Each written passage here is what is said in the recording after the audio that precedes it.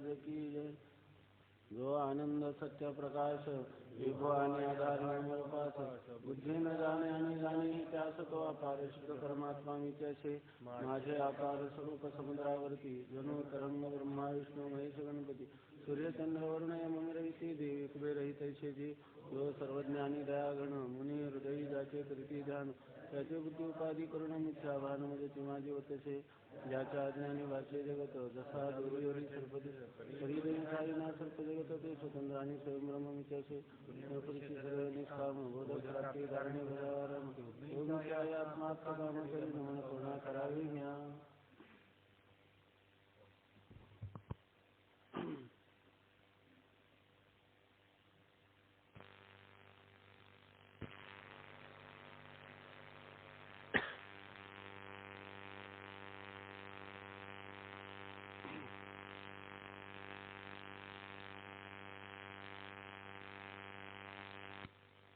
रज्जूवर सर्प जसा अनिर्वचनीय उत्पन्न होतो त्याप्रमाणे ब्रह्मस्वरूपाच्या ठिकाणी किंवा आत्म्याच्या ठिकाणी जगत अनिर्वचनीय भासतं असं जेव्हा श्रीगुरूंनी विधान केलं त्यावेळेला तो म्हणतो की रज्जूवर सर्प मिथ्या असं तुम्ही जेव्हा म्हणता म्हणजे अनिर्वचनीय असं म्हणता तर अनिर्वचनीय स्वरूपाची नेमकी अनिर्वचनीय पदाची किंवा शब्दाची नेमकी शक्ती काय आहे हेच मला मुळी कळलं नाही तेव्हा रज्जूवर भासणारा अनिर्वचनीय सर्प याचं मला स्पष्टीकरण करून सांगा म्हणजे त्या दृष्टांतावरून म्हणजे मला पहिल्यांदा दृष्टांत समजला तर दाष्टांतिक समजेल म्हणून तो म्हणतो की रज्जूवर अनिर्वचनीय सर्प कसा उत्पन्न होतो ते पहिल्यांदा मला सांगा म्हणजे अनिर्वचनीय ख्याती शब्दाचा अर्थ आहे जसं तुम्हाला प्रतीतीला आलं तसं त्याचं कथन ते कथन मला करा असं सांगतो म्हणजे याचा अर्थ काय याच्या व्यतिरिक्तही अनेक ख्याती आहेत म्हणजे रज्जूवर भासणाऱ्या सर्पाचं स्पष्टीकरण करणारी दुसरी दर्शनं किंवा दुसऱ्याही विचार प्रणाली या ठिकाणी अस्तित्वात आहे आणि त्याचं मी चिंतन केलेलं आहे किंवा श्रवण केलेलं आहे दुसऱ्यांशी विचार विमर्श केलेला आहे तर त्याविषयी तो शिष्य जो आहे तो अगोदरच सांगतो की मी बहुश्रुत आहे मी अनेक दर्शनांच्या द्वारा चिंतन केलेलं आहे तर तेही तो जे काही आपल्याला ज्ञात आहे ते त्या श्रीगुरूंच्या पुढं निवेदन करतो आणि याशिवाय मला माझी काही चुकी असेल त्रुटी असेल तर ते ती त्रुटी तुम्ही दूर करा आणि वास्तव जो सिद्धांत आहे त्या सिद्धांताचं मला ज्ञान करून द्या असं तो म्हणतो तर तेच आता या ठिकाणी सांगतात ख्याती वर्णनामध्ये तो म्हणतो की रज्जूवर भासलेला सर्प मिथ्या असं तुम्ही म्हणता पण मिथ्या म्हणणारे कोण आहेत फक्त तुम्हीच आहे सर्व लोक त्या रज्जूवर भासणाऱ्या सर्पाला मिथ्या म्हणत नाही मग जर रज्जूवर भासलेला सर्प मिथ्या ठरला तर ब्रह्मावर भासणारं जगत मिथ्या ठरेल पण रज्जूवर भासलेला सर्प जो दृष्टांत आहे त्या दृष्टांतात रज्जूवरचा सर्प जर मिथ्या ठरला नाही तो सत्य ठरला तर ब्रह्मावरचा भासणारं जगत ते मिथ्या म्हणता येईल का म्हणता येणार नाही तेव्हा पहिल्यांदा दृष्टांताचाच आपण चांगल्या प्रकाराने विचार करू असं तो म्हणतो ख्याती वर्णन प्रथम आपण अशी कल्पना करू की कोणी 5 पुरुष रस्त्याने जात असता रस्त्यातील दोरीच्या ठिकाणी मंदांधकारामुळे 5ही जणांस त्या दोरीवर सर्प भासला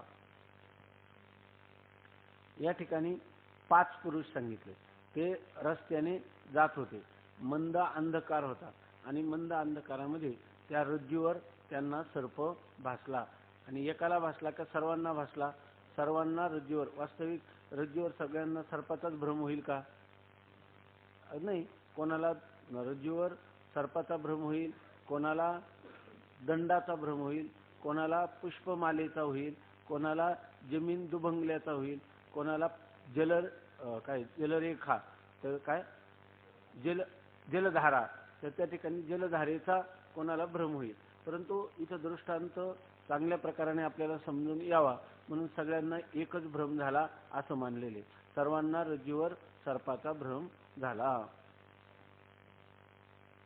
प्रथम आपण अशी कल्पना करू की कोणी 5 पुरुष रस्त्याने जात असता रस्त्यातील दोरीच्या ठिकाणी मंद अंधकारामुळे 5ही जणांस त्या दोरीवर सर्प भासला नंतर त्या दोरीचे ज्ञानाने सर्वांचा सर्पभ्रम निवृत्तही झाला नंतर त्या दोरीचं ज्ञान झालं, ही दोरी आहे असं ज्ञान झाल्याबरोबर हा सर्प आहे असा जो त्यांना भ्रम झाला होता त्या भ्रमाची निवृत्ती झाली. येतपर्यंत सर्व ठीक झाले. नंतर ते पाचही जण एके ठिकाणी बसून विचार करू लागले की या दोरीच्या ठिकाणी सर्प भासला कसा.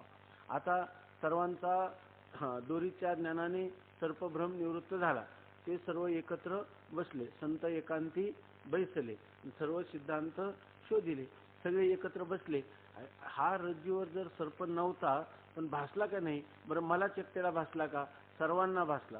तेव्हा आता आपण याची कारण मीमांसा केली पाहिजे, कारणविषयक विचार केला पाहिजे की रज्जूवर सर्प भासलाच कसा, याच्याविषयी विचार सुरू झाला. त्या पाचांची नावे अशी. आता हे जे विचार सांगणारे रज्जूवर सर्प भासला कसा याचं 5 जण 5 प्रकाराने स्पष्टीकरण करून देणार आहे. आणि ते जे 5 आहेत ना, तिथं आपल्याला वाटतं की 5 जण म्हणजे हे 5 दर्शनकार आहेत आणि त्या दर्शनकारांनी प्रत्येकाने केलेलं स्पष्टीकरण आहे. तेव्हा जेव्हा भ्रमातला पदार्थ भासतो तेव्हा त्याचं कारण काय याविषयी विचार करणारे जे आहेत विचारवंत, त्यांनाच काय म्हणतात, दर्शनकार, त्यांनाच म्हणतात दर्शनकार. तर या ठिकाणी दृश्यज्ञानी ज्ञान म्हणजे ते सर्प भासला कसा याच्याविषयीचं ज्ञान करून घेण्यासाठी प्रवृत्त झाले आहे. म्हणजे सर्प भासाचं कारण काय याविषयी प्रत्येक जण आपलं वेगवेगळं स्पष्टीकरण देतो. पण ते तुमच्या आमच्यासारखे साधारण व्यक्ती म्हणून नाही, तर ज्यांनी भरपूर अशा प्रकारचं मनन चिंतन विचार करून ते सांगतात. ते बुद्धीच्या साह्याने सांगू, कोणी आपापल्या शास्त्राच्या साह्याने सांगू.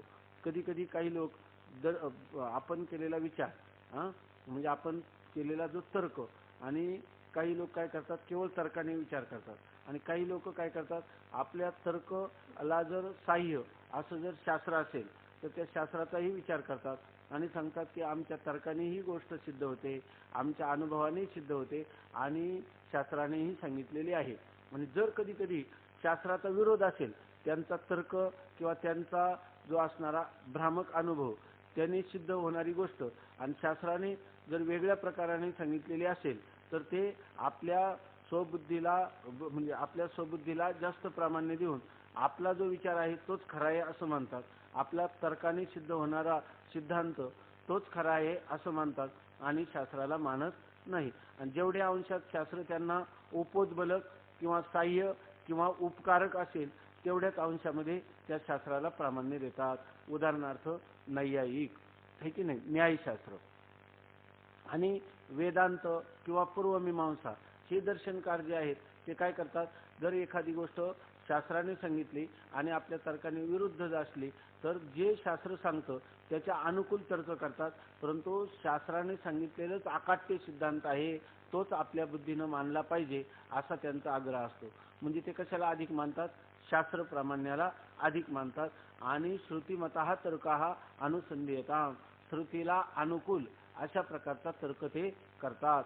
त्यांच्या दृष्टीनं शब्द प्रमाण महत्त्वाचं असतं आणि यांच्या दृष्टीनं अनुमान प्रमाण, त्यांच्या म्हणजे पूर्वमीमांसा किंवा उत्तरमीमांसा हे शब्द प्रमाणाला अधिक मानतात आणि तर्क जर त्याच्या अनुसार असेल तरच तेवढ्या तर्काचा स्वीकार करतात.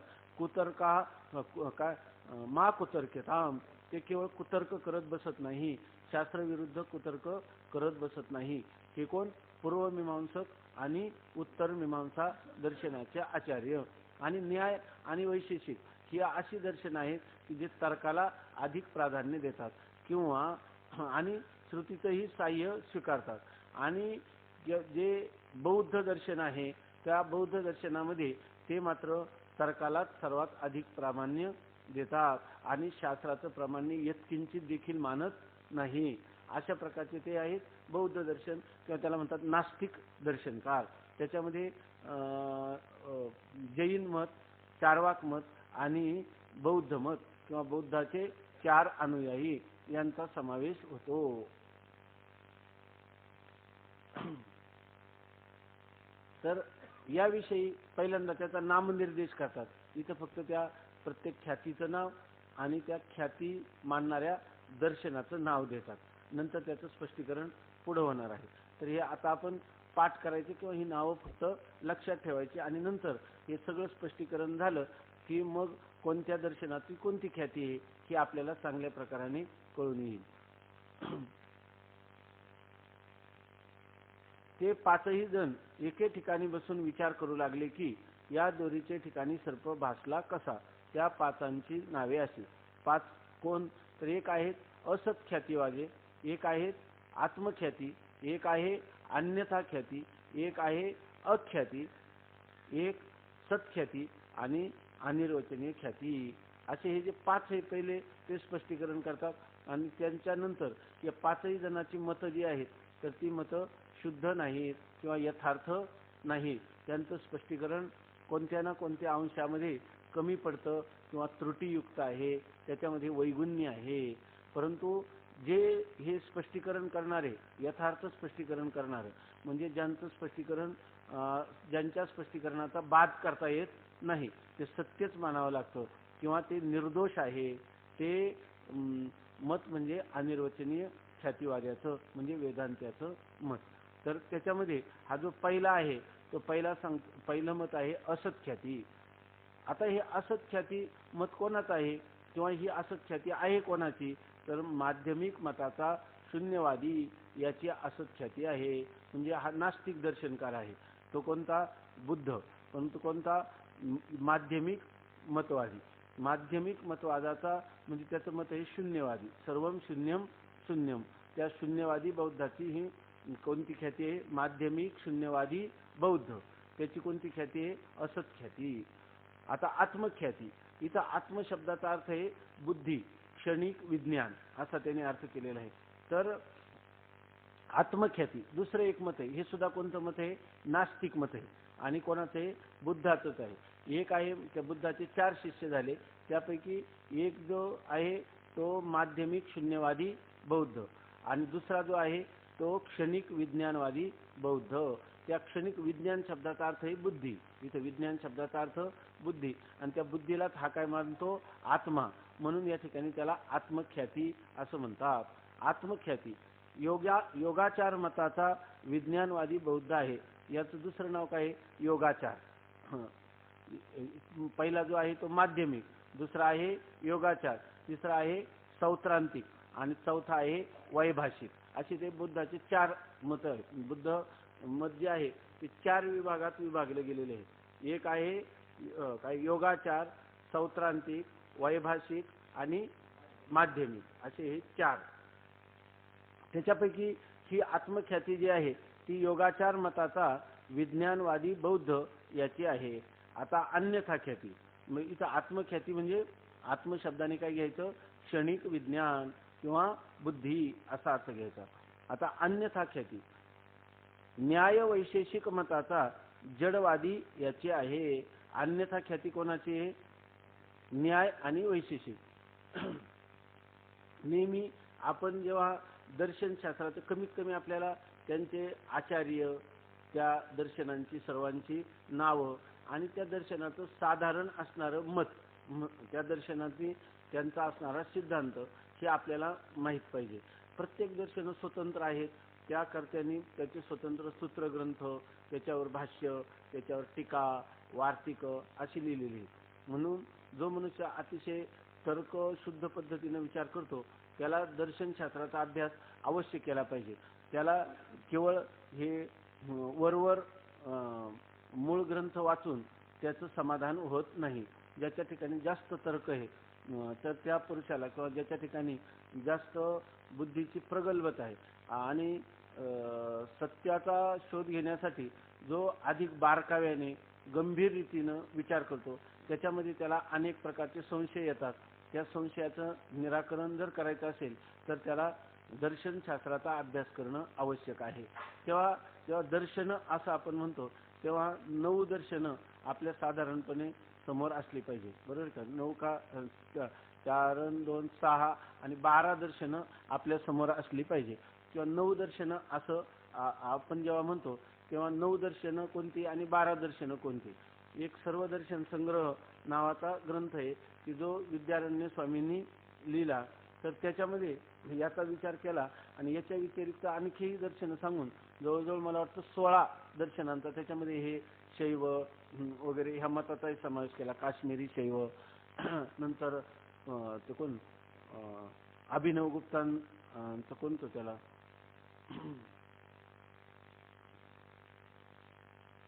तर अशा प्रकाराने त्यांनी 16 दर्शनांचा विचार केलेला आहे. परंतु आपल्याला जेव्हा हे पारंपरिक चिंतन करतो याच्यामध्ये आपल्या डोळ्यासमोर ही दर्शन असली पाहिजे. पहिल्यांदा दर्शनाचे 2 विभाग आहेत, एक आस्तिक दर्शन आणि नास्तिक दर्शन. तर आस्तिक दर्शन 6 आणि नास्तिक दर्शन 6 असा एक विचार आपल्या डोळ्यासमोर असला पाहिजे. तर आस्तिक दर्शन कोणती, ती वेदाला मानतात ती आस्तिक दर्शन, आणि जी वेदाला मानत नाही त्यांना म्हणतात नास्तिक दर्शन. म्हणजे नास्तिकाः वेदनिंदकाः, जो वेदाची निंदा करतो, वेद प्रामाण्याला जो अनुसरत नाही किंवा वेद प्रामाण्य जो मानित नाही त्याला म्हणतात नास्तिक दर्शन. तर अशी नास्तिक दर्शन 6 कोणती, तर पहिल्यांदा चारवाक दर्शन, दुसरं जैन दर्शन 2 झाली, आणि पुढची 4 म्हणजे खरं एकच मत आहे कोणतं, बौद्ध दर्शन. परंतु त्या बुद्धाचे 4 शिष्य आहे म्हणून ते काय झाले 4 मतं झाली. योगाचार, वैभाषिक, सौत्रांतिक आणि माध्यमिक अशी ही 4 मतं, म्हणजे ही 6 नास्तिक दर्शनं झाली, वेदाला न मानणारी. आता आस्तिक दर्शन वेदाला प्रामाण्य देणारी, तर ती 6 दर्शनं आहेत. 6 दर्शनामध्ये पुन्हा दोघांच्या जोडे आहेत किंवा त्याला युग्म असं म्हणतात. तर ते कोणते, तर पहिल्यांदा आहेत वैशेषिक आणि न्याय. दुसरी ही एक जोडी वैशेषिक आणि न्याय, कारण त्यांचे विचार साधारणतः सारखे आहेत, थोडाफार फरक आहे. ते न्याय आणि वैशेषिक. दुसरा आहे सांख्य आणि योग. ही सांख्य आणि योग ह्या दोघांची एक जोडी किंवा युग्म. आणि तिसरा आहे पूर्वमीमांसा आणि उत्तर मीमांसा. त्या उत्तर मीमांसेला काय म्हणतात, वेदांत असं म्हणतात. तर ही 2 दर्शनं, किंवा याला पूर्वमीमांसेला धर्मशास्त्र असं म्हणतात. तर अशा प्रकारे ही 6 दर्शनं, अशा 12 दर्शनांची नावं आपल्याला माहीत पाहिजे.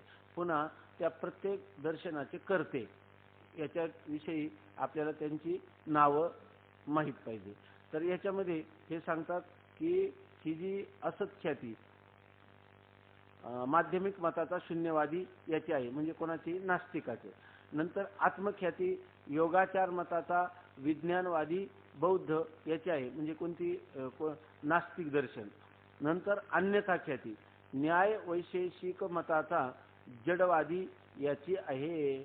आणि दुसरं ही जी अन्यथा ख्याती मानणारे कोण आहे, न्याय आणि वैशेषिक, म्हणजे ही दर्शनं कोणती झाली, आस्तिक दर्शनं.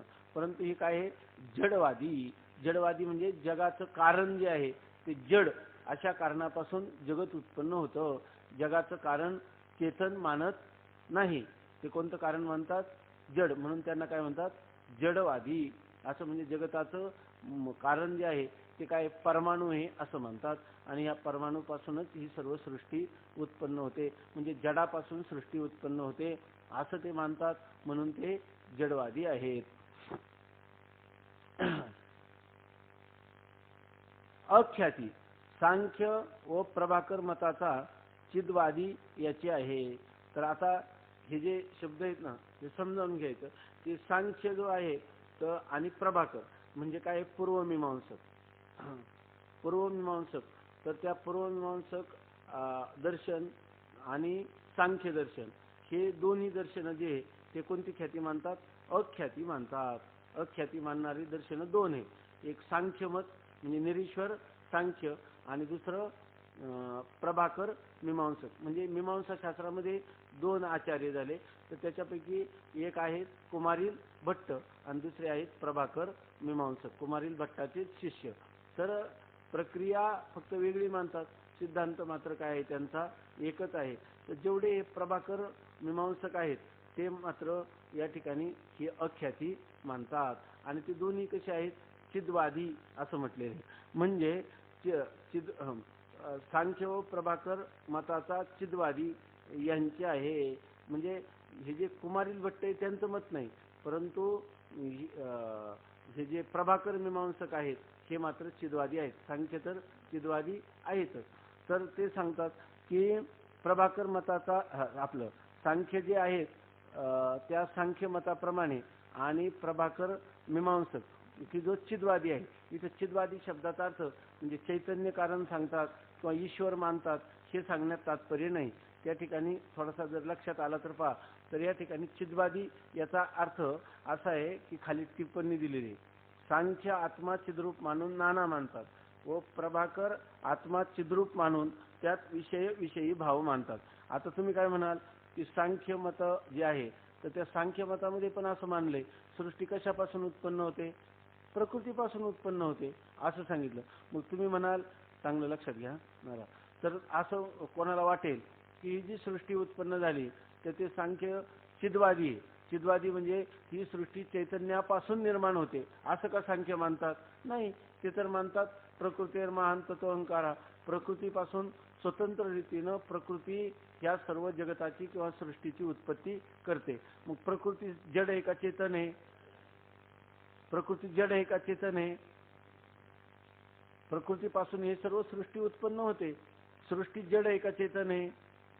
जड आहे. आणि कारणाचेच गुण कार्यात येतात की नाही? कारण गुणा हा कार्यगुणे संक्रामंती, कारणाचेच गुण कार्यामध्ये येतात. ज्या अर्थी कार्य जड आहे तर त्याचं कारण सुद्धा काय आहे? जड आहे. मग या ठिकाणी सांख्यांना चिदवादी म्हणता येईल का? नाही. आणि इथं तर म्हणतात. फरक एवढाच आहे, सांख्य चिदवादी आहे परंतु सांख्य आत्मा मानतात की नाही? मानतात. असंगो ही अयम आत्मा, हा आत्मा जो आहे असंग आहे. आणि मग तो आत्मा असंग असणारा आत्मा ते मानतात, आहे की नाही? मग आत्मा कसा आहे? चिद्रूप आहे असं मानतात. सांख्यांना चिदवादी का म्हणायचं? तर ते आत्म्याला चिद्रूप मानतात. जगताचं कारण चिद्रूप आहे असं मानत नाही. जगताचं कारण कोण आहे? प्रकृतीच आहे आणि ती जड प्रकृती आहे असं ते मानतात. परंतु ते आत्मा मानतात. आणि दुसरी गोष्ट, आत्मा जो मानतात तो कशावर मानतात? शास्त्राच्या द्वारा मानतात. परंतु तो आत्मा चेतन आहे असंही मानतात. म्हणून त्यांना चिदवादी असं म्हटलेलं आहे. म्हणजे ते आत्म्याला चिद्रूप मानतात सांख्य, म्हणून त्यांना चिदवादी असं म्हटलेलं आहे. आता हा जो प्रभाकर मीमांसक आहे तर त्या मीमांसा शास्त्राप्रमाणे सर्व सृष्टी जी आहे ती सृष्टी कशापासून होते? कर्मापासून सृष्टी उत्पन्न होते. कर्म जडच आहे की नाही? मग कर्म जड असताना त्याला तुम्ही हे कसं म्हणतात? चिदवादी कसं म्हणतात? सृष्टीचं कारण ते चेतन मानतात का? नाही, ते सृष्टीचं कारण काय मानतात? जड मानतात. परंतु असं असलं तरी त्या ठिकाणी तो जो आत्मा आहे म्हणजे कोणतंही कर्म करणारा, तो कर्म करणारा जो आत्मा आहे तो आत्मा तो काय म्हणतात? चित स्वरूप आहे असं मानतात. कर्मापासून सृष्टी उत्पन्न होते परंतु आत्मा हा कर्माचा कर्ता आहे आणि बरोबर आहे नाही का? आणि तो त्याचा भोक्ता आहे असं मानतात. जो ज्या कर्माचा कर्ता असतो तो त्या कर्माचा भोक्ता होतो. मग अर्थात हा कर्ता असणारा आत्मा, भोक्ता असणारा आत्मा तो कसा मानतात? चिद्रूप मानतात. कोण? ते चिद्रूप मानतात. परंतु सृष्टी कशापासून होते म्हणतात? कर्मापासून. म्हणजे कर्म काय आहे? पुन्हा जडच आहे. मग त्यांना चिदवादी असं तुम्ही कसं काय म्हणता? तर त्याच्यामध्ये असं आहे की ते आत्म्याच्या ठिकाणी विषयी भाव मानतात. विषय करणं म्हणजे काय? एखादा हे पुस्तक आहे, पुस्तकाला काय म्हणायचं? विषय, आहे की नाही? आणि मी ह्या पुस्तकाला जाणतो म्हणून मी काय झाला? विषयी. त्याप्रमाणे आत्मा हा काय आहे? विषयी आहे, बरोबर ना? आणि त्या आत्म्यामध्ये आणि कर्म जे आहे त्याचा काय आहे? विषय आहे असा एक भाव. पुन्हा त्या आत्म्याला विषयी भाव म्हणतात. म्हणजे काय? आत्मा जो आहे ना तो आत्मा त्याच्या ठिकाणी विषयी भाव पण आहे. आत्माच विषय आहे आणि आत्माच काय आहे? विषयी पण आहे. वास्तविक आहे त्यांच्या मतामध्ये दोष येतो. कोणता दोष येतो? कर्मकर्तृ विरोध दोष येतो किंवा स्वस्कंधारोहण दोष येतो. मीच माझ्या खांद्यावर बसून जाऊ शकत नाही. तसं आत्माच काय आहे? ज्ञेय आहे आणि आत्माच काय आहे? ज्ञाता आहे. विषयही कोण आहे? आत्माच आहे आणि विषयी कोण आहे? आत्मा आहे. पण त्यांची कशा प्रकारची धारणा आहे म्हणून त्या ठिकाणी आत्म्यामध्ये ते विषयी भाव, विषयी म्हणजे जाणणारा, म्हणजे तो चित झाला की नाही म्हणून त्यांना काय म्हणतात? चिदवादी. म्हणजे पूर्वमीमांसक हे आत्म्यामध्ये चिद आपलं काय विषयी भाव मानत असल्यामुळं त्यांना चिदवादी म्हणतात. आणि सांख्य हा आत्म्याला चिद्रूप मानित असल्यामुळं त्याला चिद्वादी असं म्हणतात. म्हणून हे सांख्य आणि प्रभाकर मीमांसक या दोघांच्या ख्यातीला अख्याती म्हणजे अख्याती ही दोघा जणांनी मान्य केली. एक प्रभाकर मीमांसकांनी मान्य केली आणि दुसरी सांख्य तत्वज्ञान म्हणजे जे सांख्य दर्शनाचे जे आचार्य त्यांनी पण ही अख्याती मान्य केलेली आहे. अख्याती सांख्य व प्रभाकर मताचा चिद्वादी याचे आहे. हे जर तुमच्या लक्षात आलं नसेल तर हे विसरून जा. याच्यामुळे आता हे अवघड आहे आणि मग आता पुढचा विषय असा काही संबंध नाही. सहज थोडीशी माहिती सांगितली पाहिजे तर ते विसरून जा. पुढचा विषय क्रमाने पहा. सत्ख्याती रामानुज मताचा जगत सत्यवादी याचे आहे. आता सत्ख्याती म्हणजे कार्यरूपी जगत हे वेदांती काय म्हणतात अनिर्वचनीय. तो काय म्हणतो कार्यरूप जगत हे काय आहे सत्यच आहे. अशा प्रकारची सत्ख्याती कोणाची आहे रामानुज मताची. या रामानुजालाच काय म्हणतात विशिष्ट अद्वैत मत. त्या विशिष्ट अद्वैत मताप्रमाणे या ठिकाणी त्याला रामानुज मत म्हणतात. म्हणजे रामानुजाचार्य हे त्या दर्शनाचे त्याला रामानुज हे सुद्धा एक दर्शनच आहे. एक वल्लभ आचार्यांचं जे मत आहे ते वल्लभ दर्शनच आहे. त्यांचं सुद्धा एक स्वतंत्र अशा प्रकारची मीमांसा किंवा विचार किंवा त्याचं स्पष्टीकरण त्यांनी केलेले आहे. तर सत्ख्याती रामानुज मताचा जगत सत्यत्ववादी याचे आहे. आता अनिर्वचनीय ख्याती ही आता तुम्ही म्हणाले तर 5च पुरुष आहेत आणि त्या 5 पुरुषांना रस्त्याने जात होते आणि त्यांचा भ्रम सांगितला. इथं आकडे किती आले 6 आले आहे की नाही. तर ती 5 मतं जी आहेत ती शिष्याने सांगितलेली मतं आहे. म्हणजे त्याच्या दृष्टीनं त्यांनी जे श्रवण केलं होतं ती 6वी ख्याती तर कोणाची ही सिद्धांत मताची 6वी ख्याती. म्हणून त्या 6व्या ख्यातीचा नंबर या ठिकाणी सांगतात. कोणता अनिर्वचनीय ख्याती. म्हणजे ही अनिर्वचनीय ख्याती ही 6वी आहे आणि बाकीची जी 5 जण आहेत ती कोणती मतं आहेत 5 मतं आहे. म्हणून त्या 5 पुरुषांचं त्यांनी वर्णन केलं. वस्तुतः इथं पुरुष किती आहेत 6 आहेत. अनिर्वचनीय ख्याती श्री भगवान व्यास व श्री शंकराचार्य यांची आहे. श्री शंकराचार्यांनी आणि व्यासांनी त्या दोघांनीच फक्त कोणत्या ख्यातीचं वर्णन केलेले आहे अनिर्वचनीय ख्यातीचं. आणि बाकीच्या 5 ख्याती ज्या आहेत त्या आपल्या संत मतामध्ये वर्णन केलेले आहेत आहे की नाही. आपल्या अभंगामध्ये रज्जू सर्पाकार भासी येले जगदंबर ही सत्ख्याती आहे की नाही. रज्जू सर्पाकार भासी येले हे जगदंबर आहे की नाही. कोणती ख्याती आहे वराड नोहे स्वप्नगे माये. कोणती ख्याती आहे ज्ञानदेव म्हणे पाहता पाहिले आणि स्वप्नीचे चेले जाईल रया. मग असं काय तुम्ही म्हणता जर वारकरी असेल तर तो काय म्हणेल अनिर्वचनीय ख्याती कोणाची ज्ञानेश्वर महाराजांची आहे तुकाराम महाराजांची आहे आणि तीच शंकराचार्यांनी सांगितलेली आहे आणि तीच व्यासांनी सांगितलेली आहे आणि तीच वेदाने सांगितलेली आहे आणि तसंच आहे की नाही. आणि तीच खरी आहे असं कोण म्हणेल वारकरी कीर्तनकार ठीक आहे. श्री भगवान व्यास व श्री शंकराचार्य यांची ही अनिर्वचनीय ख्याती आहे. आता असत ख्याती पहिल्यांदा असत ख्याती नावं जरी आपल्या परिचित नसली तरी आता करून घ्यायची त्याला काही विलाज नाही. आता चाव कर नाही तर चोकर आहे की नाही. चौल मेली आहे माहिती आहे ना गोष्ट माहिती आहे ना. मग आता तसंच करायचं. असत ख्याती रज्जू सर्पाविषयी पहिल्या असत्वादी ख्यात्याचे असे मत आहे की रज्जूच्या ठिकाणी सर्प असत आहे असे नाही तर सर्व जगात सर्प किंवा दुसरा कोणताही पदार्थ अत्यंत असद्रूपच आहे. आता ह्या असत ख्यातीमध्ये म्हणजे तो पदार्थ शून्य. असत म्हणजे शून्य रूप. वंध्यापुत्र कसा आहे असत आहे. आकाश पुष्प असत आहे. असत म्हणजे त्या पदार्थाला सत्ताच नाही. तो कसा आहे शून्य रूप आहे की नाही. तो पदार्थ मुळातच नाही. शशशृंग म्हणजे सच्याचं शिंग हे कसं आहे सत आहे त्याप्रमाणे आहे की नाही. ते असत आहे शून्य रूप आहे त्याप्रमाणे. रज्जू सर्पाविषयी असं त्यांचं मत हा रज्जूवर भासलेला सर्प कसा भासला याविषयी जेव्हा विचार सुरू झाला तेव्हा हा असत ख्याती मत हे कोणाचं मत आहे असत ख्याती मत शून्यवादी माध्यमिक शून्यवादी बौद्धाचं मत आहे.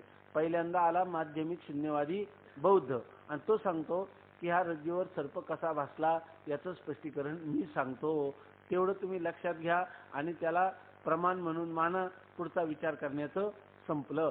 मी असं सांगतो, तो स्वतःच्या बुद्धीनं सांगतो की रज्जू सर्पाचं स्पष्टीकरणाविषयी की रज्जूच्या ठिकाणी सर्प कसा आहे असत आहे, रज्जूच्याच ठिकाणी सर्प असत आहे असं नाही, तर हे संपूर्ण जगतामध्ये जेवढं काही दिसेल तुम्हाला, जेवढं काही तुमच्या इंद्रियांना गोचर होईल किंवा गोचर होणार नाही, मन कल्पनाने तुम्हाला जे काही दिसेल ते सर्वच्या सर्व पदार्थ काय आहे असतच आहे. मनाला, बुद्धीला, इंद्रियांना गोचर होणारे, विषय होणारे, जाणण्याच्या कक्षेत येणारं जेवढं काय असेल तेवढं सर्वच्या सर्व असतच आहे, शून्य रूप आहे. रज्जूवर भासलेला सर्प असत आहे असं नाही, तर जगामध्ये सर्प किंवा दुसराही कोणताही पदार्थ, सर्प तर असत आहे पण जगामध्ये रज्जू तरी सत्य आहे का? रज्जू सुद्धा काय आहे असतच आहे आणि त्या रज्जूला पाहणारा तोही असतच आहे. मग सत काय आहे? सत काहीच नाही, सर्वम शून्यम शून्यम, सर्व काही शून्यच आहे, असतच आहे, असं त्याचा सिद्धांत आहे. रज्जूच्या ठिकाणी सर्प असत आहे असे नाही, तर सर्व जगात सर्प किंवा दुसरा कोणताही पदार्थ अत्यंत असद्रूप आहे. अत्यंत असद्रूप याचा अर्थ काय की तो पदार्थ वंध्यापुत्राप्रमाणे शून्य रूप आहे, त्याला म्हणायचं अत्यंत असत. जगातील सर्व पदार्थ वंध्यापुत्राप्रमाणे अत्यंत असद्रूप मानले तर बाकी शिल्लक शून्यच परमतत्व राहणार. आता जगातला कोणताही पदार्थ जर असत मानला तर मग हे सगळे पदार्थ ज्याच्यावर असत आहे की नाही, असत पदार्थ जिथं भासतात आहे की नाही, मग त्याचं कोणतरी अधिष्ठान असलं पाहिजे ना. तो म्हणतो ते अधिष्ठान किंवा त्याचं परमतत्व, त्याचं मूळ अधिष्ठान त्या सर्वाचं कोणीतरी असलंच पाहिजे. तो म्हणतो आहे ना, परमतत्व सुद्धा आहे. मग त्या परमतत्वाचं काय स्वरूप आहे? ते तरी चिद्रूप आहे का? ते तरी सद्रूप आहे का?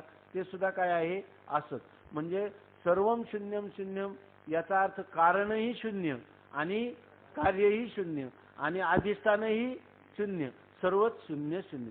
कार्य कसं आहे? शून्य. त्याचं कारण कसं आहे? शून्य. आणि तुम्ही म्हणाल काहीतरी परमतत्व त्याचं सर्वात अधिष्ठान तर असेल की नाही काही की ज्याच्यावर हे सगळं भासतं, आहे ना अधिष्ठान, त्याचं काय स्वरूप? शून्यम, सर्व शून्यच आहे. अधिष्ठान असत, कारण असत आणि कार्य असत, सर्वच्या सर्व असद रूप आहे, वंध्यापुत्राप्रमाणे आहे. जगातील सर्व पदार्थ वंध्यापुत्राप्रमाणे अत्यंत असद्रूप मानले तर बाकी शिल्लक शून्यच परमतत्व राहणार. त्या शून्य परमतत्वाचा जसा असत जगद्रूपाने भास होतो, म्हणजे तत्व काय आहे? शून्य, आणि ते परम तत्व शून्य त्याचाच काय होतो? शून्य असणाऱ्या जगद्रूपाने त्याचा भास होतो. पण तत्वता दोन्ही काय आहे? शून्यच आहे. तत्वही शून्य आणि त्या तत्वावर भासणारं जगत हेही शून्य असं सांगतो. त्या शून्य परमतत्वाचा जसा असत जगद्रूपाने भास होतो आणि तो म्हणतो ते शून्य परम सगळं त्यांनी काय केलं? अगोदर मानलं, अगोदर सर्व शून्य आहे असं मानलं आणि मग ह्या रज्जूवर भासणाऱ्या सर्पाचं तो स्पष्टीकरण करतो. जसं त्या शून्यरूप असणाऱ्या तत्वाच्या ठिकाणी जगताचा भास होतो तसाच रज्जू सुद्धा काय आहे? शून्यरूप. शून्यरूप असणाऱ्या त्याचप्रमाणे रज्जूच्या ठिकाणी अत्यंत असत सर्पाची प्रतीती होते.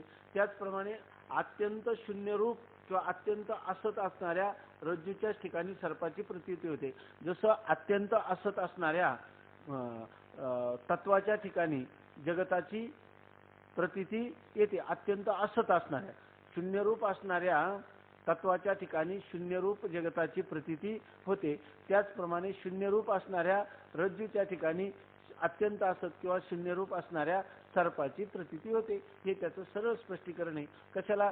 या 4 ओळीत माझ्या जर ऐकून घेतल्या आणि याच्याविषयी मान्यता दिली तर तुमचा पुढचा ग्रंथ तुम्हाला अवलोकन करण्याची गरज राहणार नाही. त्या शून्य परमतत्वाचा जसा असत जगद्रूपाने भास होतो त्याचप्रमाणे रज्जूच्या ठिकाणी अत्यंत असत सर्पाची प्रतीती होते, असे असत ख्यातिवाद्याचे मत आहे. की नाही.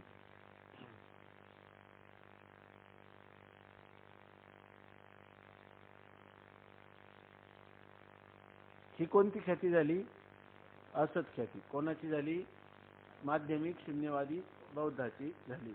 आता यावर दुसरा आत्मख्यातीवादी असे म्हणतो की सर्प अत्यंत असत असून त्याची प्रतीती होते, तर अत्यंत असत जो वंध्यापुत्र त्याचीही प्रतीती झाली पाहिजे, ती होत नाही, म्हणून असत ख्याती मत अशुद्ध आहे. तुम्ही सांगा आता हे सर्व आपल्याला ऐकल्यानंतर आपल्या मनामध्ये विचार येतो आणि ह्याच्या पुढचा प्रगत विचार, काही जे लोक आहे ना आत्मा शून्यरूप मानून बसले, ऐके नाही, त्यांनी काय आत्म्याला काय मानलं?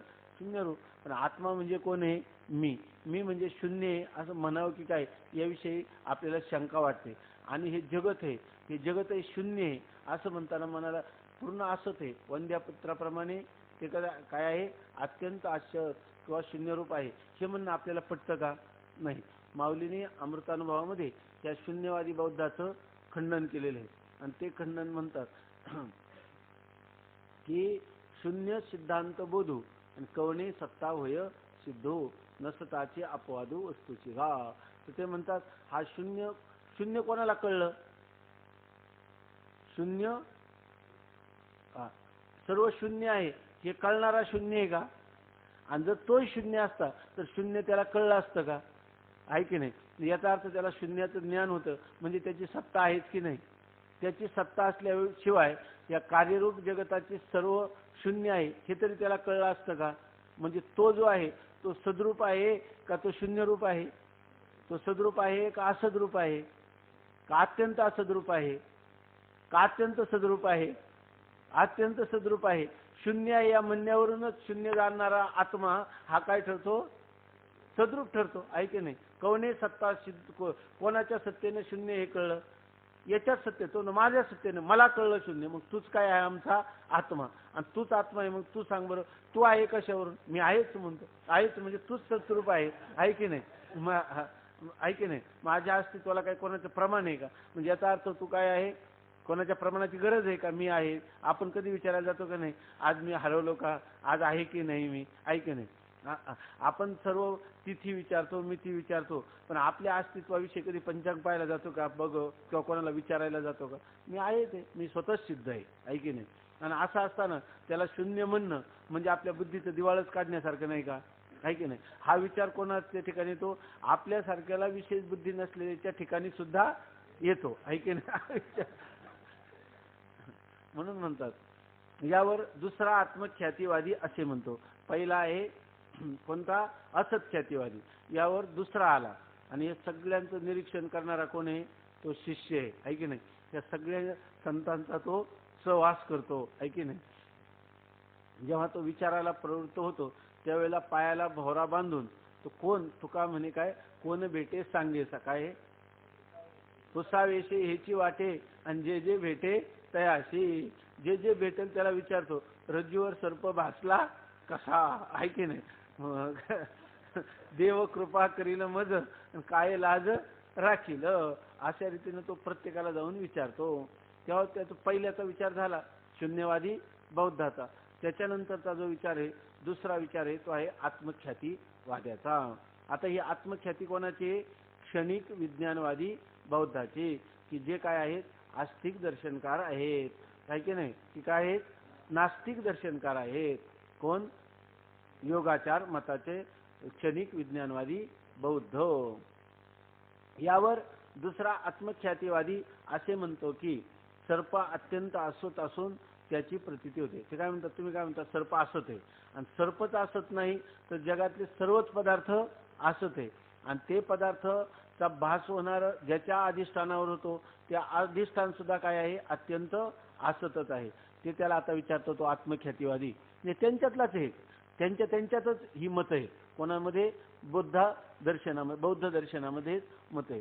तर त्याच्यामध्ये बौद्ध दर्शनामध्ये एक आहे असत ख्यातीवादी आणि दुसरा आहे आत्मख्यातीवादी. तो आत्मख्यातीवादी त्या असत ख्यातीवाद्याला विचारतो. वेदांती आपला शांत बसलाय, त्यांचं काय काय चाललंय हे पाहतो. नंतर सगळ्यांचा निर्णय त्यांचा आपापसात झाल्यानंतर त्याच्यातल्या बऱ्याचशा चुका जे आहे ना, ती एकमेकाच्या चुका कोण करतील, तेच आपापसात दाखवतील. आणि सगळं दाखवल्यानंतर त्यांच्या चुका काढणारा जो आहे की नाही, त्याची काय चूक आहे हे दाखवून द्यायची का वेदांती पुन्हा आपला मोका. वेदांतामध्ये एक खंडन खाद्य नावाचा ग्रंथ आहे की ज्याला प्रौढ ग्रंथ असं म्हणतात, किंवा बृहत प्रस्थानत्रयीमध्ये त्याची गणना आहे. हे जे आपण प्रस्थानत्रयी शिकलो, ब्रह्मसूत्र शिकलो म्हणजे जर शिकलो तर जर उपनिषद, ब्रह्मसूत्र आणि गीता ही प्रस्थानत्रयी शिकल्यानंतर मग पुन्हा पुढची त्याला बृहत प्रस्थानत्रयी म्हणतात. जे शिकण्यासाठी बरेच विद्यार्थी आपले आता ऋषिकेशला, काशीला यायला जातात. मग तिथं अद्वैत सिद्धी, चित्सुखी आणि खंडन खाद्य या 3 ग्रंथांना बृहत प्रस्थानत्रयी असं म्हणतात. त्या ठिकाणी ते त्याचा अध्ययन करतात. तर त्याच्यामध्ये हा खंडन खाद्य नावाचा जो ग्रंथ आहे, तर त्या ग्रंथामध्ये ते सकाळच्या प्रहरी ते लेखक जे आहे त्यांचं नाव आहे हर्षल मिश्रा, बरोबर ना. तर ते त्या बसलेले आहेत अशा थंडीच्या दिवसामध्ये, उन्हाला बसलेले आहेत. आणि त्यावेळेला दुसरे हे जे दर्शनकार आहेत ना, एक दर्शनकार येतो आणि लगेच त्यांना विचारतो, अहो हे जे जगत आहे ना, तर हे जगत लोक काय काय सांगतात. कोणी म्हणतं हे जगत अनिर्वचनीय आहे, कोणी म्हणतं हे जगत आहे ते सत्य आहे, असं कोणी म्हणतं. परंतु मी सांगतो की नाही. त्यांनी त्याला विचारलं पहिल्यांदा, तर तुम्ही काय करता. तर त्यांनी सांगितलं काही नाही, मी ऊन खात बसलो. म्हणजे अंगावर ऊन पडते सकाळचं कोवळं आणि थोडं थंडीच्या वातावरणात बरं वाटतं, असं त्यांनी त्याला उत्तर दिलं. मग त्याला काय करायचं होतं, काहीतरी यांच्याशी वाद करायचा होता. म्हणून मग त्यांनी सांगितलं कोणी जगताविषयी असं म्हणतात, मी सांगतो की जगत सत्य आहे. मग त्याला काय सांगितलं, जगत सत्य असू शकत नाही. त्याच्याने काही दर्शनकार तर जगताला काय म्हणतात की असत आहे असं म्हणतात, जगत असत असू शकत नाही, आहे की नाही, असं त्यांनी. पण जगत सदसद विलक्षण अनिर्वचनीय हे बोललेच नाही. जे बोलतील त्यांचं म्हणणं चुकीचं आहे. म्हणजे त्यांनी जे खंडन केलं त्या खंडनाचं काय केलं, त्यांनी खंडन केलं. खंडन आहे की नाही. आणि तेच याचं काय आहे, खाद्य. म्हणून त्या ग्रंथाचं नाव काय आहे, खंडन खाद्य. त्याची उत्पत्ती आणखी जास्त आहे, पण असा त्याचा विषय. तर त्यांनी काय केलं, इतर दर्शनं जे आहे ना, क्रमाक्रमाने ह्या नास्तिक दर्शनाचं पहिल्यांदा काय केलं की हे जे शून्यवादी बौद्ध आहे, या शून्यवादी बौद्धाच्या मताचं निराकरण केलं. नंतर कोणत्या मताचं निराकरण केलं, हे जे योगाचार मताचे क्षणिक विज्ञानवादी, आपल्या क्षणिक विज्ञानाला आत्म मानणारे, आत्मख्याती मानणारे, त्यांचं खंडन केलं. आणि या सगळ्याचं खंडन करत शेवटी सांख्य दर्शन आहे की नाही. आणि त्या सांख्य दर्शनाचं खंडन कोणी केलं, पूर्वमीमांसेने केलं. आणि मग त्या पूर्वमीमांसा आणि सांख्य ही 2 मोठे पक्ष आहेत, यांचं एकदा खंडन करून टाकलं का बाकीच्याचं खंडन करण्याची गरजच नाही. जसं त्याला कोणता न्याय म्हणतात, प्रधान मल्ल निवारण न्याय. एखादा मोठा पैलवान आहे, म्हणजे आज एखाद्या हिंद केसरीमध्ये एखाद्याचा विजय झाला, हिंद केसरी त्याला पदवी मिळाली. मग म्हटले की दुसराच एक जण आला आणि तो काय म्हणायला लागला, हिंद केसरी मला द्यायला पाहिजे होते, कारण काय आहे, मी जो आहे माझ्या तोडीचा कोणीच पैलवान नाही. अहो काल तर ते आमक्याला हिंद केसरी मिळाली आणि तुम्ही नाही काय म्हणता. तर त्यांनी सांगितलं नाही, मीच हिंद केसरी असं ते मलाच द्यायला पाहिजे. म्हणून मग काय करा, आता तो त्या हिंद केसरीपर्यंत येण्यासाठी 100 कुस्त्या कराव्या लागतात. पहिला गट, दुसरा गट करत शेवटी त्याला ते मिळालेले आहे की नाही. मग हा काय म्हणला, प्रत्येकाची मी कुस्ती खेळतो आणि जर सगळ्यांना मी चितपट केलं तर मला हिंद केसरी द्यायला काय हरकत आहे. मग त्यावेळेला ते जे आयोजन करणारे ते काय करतील, अरे बाबा सगळ्यांची कुस्त्या करत बसू नको, काल ज्याला हिंद केसरी मिळाले त्याच्याबरोबर कुस्ती कर, आहे की नाही. आणि त्याला जर तू चितपट केलं तर तू प्रधान मल्ल ठरलास, म्हणजे तू हिंद केसरी ठरलास. तसं वेदांत शास्त्र काय करतं, सगळ्यांचं होऊ देतं आणि सगळ्यांचं झाल्यावर जो शेवटचा आहे तर ते शेवटच्या कुस्तीमध्ये चितपट करायचं, त्याला वादामध्ये याला काय तद्विद्य संभाषा असं शास्त्रामध्ये म्हणतात. तर त्याप्रमाणे त्याचा चितपट केलं, मग त्याला पुन्हा हे किरकोळ करता येतं का, करण्याची गरज आहे का. हत्ती के पाव में सब पाव आ गए, आहे की नाही. हस्तीपदे सर्व पदम निमग्न आहे. हा 150 असं नाही, 100 रुपया माझ्या खिशात आहे म्हणजे आम्हाला जरा 5 रुपये द्या. 5 रुपये नाही माझ्याजवळ, 100 रुपये. अरे 100त 5 आलेच ना. तसं ह्या प्रधान असणारं जे सांख्यशास्त्र विशेषतः, तर त्याचा एकदा त्याच्या सिद्धांताचा पराभव केला म्हणजे सगळेच बाकीच्या सिद्धांताचं किंवा खंडन केलं म्हणजे त्याचं खंडन केल्यासारखंच आहे. अशा रीतीनं हे 5 दर्शनकार अगोदर सांगतात. वेदांती काय करतो, आपला अनिर्वचनीय ख्यातिवादी शांतपणे त्यांचं मत ऐकून घेतो. तर हा आत्मख्यातिवादी, तो यावर दुसरा आत्मख्यातिवादी असे म्हणतो की सर्प अत्यंत असून त्याची प्रतीती होते. तसं काय म्हणतात, सर्प तो काय म्हणतो, रज्जूवर भासलेला सर्प तो काय म्हणत होता, अत्यंत असत, शून्य रूप. ते म्हणतात रज्जूवर भासलेला सर्प तुझ्या मताप्रमाणे जर अत्यंत असत असेल, आहे की नाही, मग अत्यंत असत असला दुसरा पदार्थ कोण आहे, वंद्यापुत्र. मग वंद्यापुत्र अत्यंत असत आहे हे आम्हालाही मान्य आहे, हे तुलाही मान्य आहे. पण अत्यंत असत असणारा वंद्यापुत्राची प्रतीती होते का, नाही. आणि अत्यंत असत असणारा तुझ्या मताप्रमाणे हा जो सर्प त्याची प्रतीती होते की नाही, होते. मग वास्तविक काय व्हायला पाहिजे, जर तो अत्यंत असत असला तर वंद्यापुत्राप्रमाणे त्याची प्रतीती होता कामा नये. आणि प्रतीती तर होते, आहे की नाही. मग त्याला वंद्यापुत्राप्रमाणे असत म्हणता येईल का, वंद्यापुत्राशी त्याची तुलना करता येईल का. वंद्यापुत्र अत्यंत असत आहे तो प्रतीतीला येत नाही, परंतु तुझा रज्जूवरचा सर्प काय अत्यंत असत असेल तर तो प्रतीतीला येऊ नये आणि प्रतीतीला तर येतो. सर्प अत्यंत असत असून त्याची प्रतीती होते, तर अत्यंत असत जो वंद्यापुत्र त्याचीही प्रतीती झाली पाहिजे, ती होत नाही. म्हणून असत ख्यातिमत अशुद्ध आहे. याचा अर्थ तू जरी म्हटला तरी आम्ही हे मान्य करणार नाही. हे तुझं मत जे आहे अत्यंत अशुद्ध आहे, म्हणजे हे कोणाच्याच बुद्धीला पटण्यासारखं नाही. शून्यम शून्यम म्हणायचं आणि सगळं भासतं तर खरं. शून्य पदार्थ भासमान होत नाही आणि भासत असताना त्याला शून्य म्हणता येत नाही. त्यामुळे हे मत अत्यंत विसंगत अशुद्ध अशा स्वरूपात आहे. हे मत निर्दोष नाही. बरं, तो म्हणतो माझ्या माझं मत अशुद्ध आहे, मग तुझं काय शुद्ध मत आहे ते सांग, आहे की नाही, तुझं काय मत आहे ते सांग. मग तो म्हणतो सांगतो. तो आहे आत्मख्यातिवादी. आत्मख्यातिवाद्याचे असे मत आहे की रज्जूच्या ठिकाणी किंवा अन्यत्र कोठेही सर्प नाही हे खरे. तो म्हणतो रज्जूच्या ठिकाणी सर्प खरोखर नाहीच आहे, परंतु आपलं चाललंय काय, नाही तर भासतो कसा, अशा विषयी चाललंय ना. तो म्हणतो रज्जूच्या ठिकाणी सर्प मुळी नाही, खरं तर सर्प नाहीच आहे, रज्जूच्या ठिकाणी सर्प नाहीच आहे. मग असं जर असलं तरी सुद्धा तो सांगतो रज्जूच्या ठिकाणी किंवा अन्यत्र कोठेही सर्प नाही. तुम्ही म्हणाल किंवा रज्जूच्या ठिकाणी सर्प नाही, अन्यत्र म्हणजे वारुळादिकामध्ये तरी सर्प आहे का, किंवा कुठेतरी आपल्या भक्ष्याच्या शोधासाठी जातो तो सर्प तरी खरा आहे की नाही. रज्जूच्या ठिकाणी सर्प नाही, अन्यत्र सुद्धा कुठंच सर्प नावाचा प्राणीच नाही. तो म्हणतो हे अन्यत्रही कुठं सर्प नाही, रज्जूच्या ठिकाणी सर्प नाही. आपल्याला स्पष्टीकरण काय द्यावं लागेल त्याला, मग भासतो कसा, तर त्याचं स्पष्टीकरण सांगतो. रज्जूच्या ठिकाणी किंवा अन्यत्र कोठेही सर्प नाही हे खरे, परंतु जितके पदार्थ प्रतीत होतात त्या सर्व पदार्थांचे आकार बुद्धी धरते.